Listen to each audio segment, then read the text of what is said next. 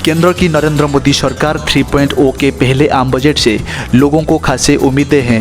निम्न और मध्यम वर्ग को सरकार महत्वाकांक्षी योजनाओं के जरिए विशेष लाभ दे सकती है। नौकरी पेशा लोगों के लिए भी आयकर छूट सीमा बढ़ाए जाने और स्लैब में परिवर्तन किए जाने की चर्चाएं हैं। इसी वर्ष के अंत तक झारखंड, महाराष्ट्र, हरियाणा और जम्मू कश्मीर में चुनाव होने हैं। इन राज्यों में युवा रोजगार को लेकर तो महिलाएं महंगाई के मुद्दे पर सरकार से नाराज हैं। बीते लोकसभा चुनाव में पार्टी के चुनावी नतीजे उम्मीद के अनुरूप नहीं रहे। इस कारण से माना जा रहा है कि आगामी विधानसभा चुनाव में पार्टी चाहेगी कि नतीजे बेहतर रहे। इसलिए जानकार मानते हैं कि आम बजट के जरिए सरकार चुनावी समीकरण को साधने की कोशिश करेगी। इसलिए 23 जुलाई को जब केंद्रीय वित्त मंत्री निर्मला सीतारमण लगातार 7वीं बार संसद में वित्त वर्ष 2024-25 का आम बजट प्रस्तुत करेगी तो इसमें कुछ बड़ी घोषणाएं हो सकती है। बजट से पूर्व विभिन्न क्षेत्र के विशेषज्ञों और उनसे जुड़े संगठन प्रमुख के साथ वित्त मंत्री बैठक कर चुकी हैं।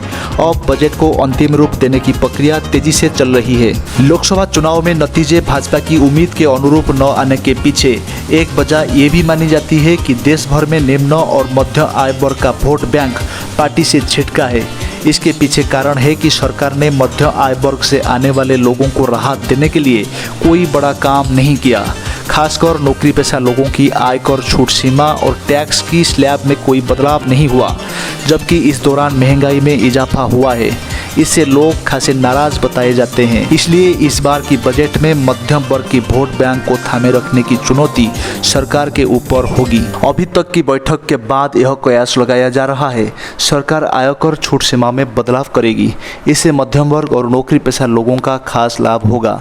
इसके लिए आयकर रिटर्न दाखिल करने की पुरानी और नई व्यवस्था में कुछ अहम बदलाव होगी। इसी के साथ ही न्यू पेंशन स्कीम को ज़्यादा आकर्षक बनाया जा सकता है, जिसको लेकर अभी तक सरकारी कर्मचारी नाखुश हैं। किसान के लिए सरकार किसान सम्मान निधि 6,000 रुपया से बढ़ाकर 10 से 12,000 रुपया कर सकती है।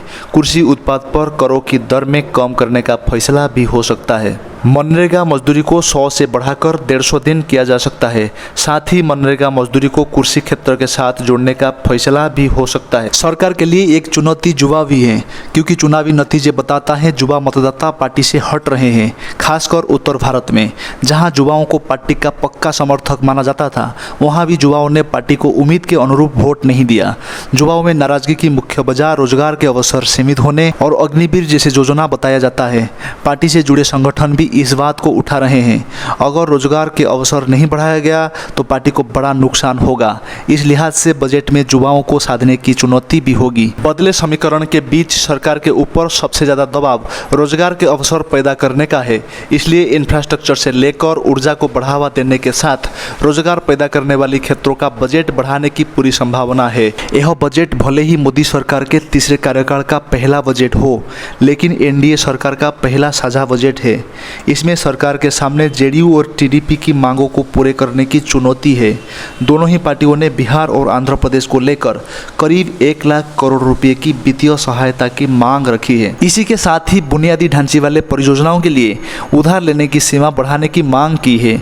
भाजपा के पास सरकार बनाने का पूर्ण बहुमत न होने के कारण दोनों ही राजनीतिक दल केंद्र सरकार पर दबाव बनाने की पूरी स्थिति में है, जिसका असर बजट में देखने को मिल सकता है, क्योंकि दोनों ही दल अपना मांग पत्र केंद्र की सरकार को सौंप चुकी है। बिहार की नीतीश सरकार ने 9 हवाई अड्डे, 4 नई मेट्रो लाइन्स, 7 मेडिकल कॉलेज के साथ 200 अरब रुपए का थर्मल पावर प्लांट लगाने के लिए पैसा मांगा है।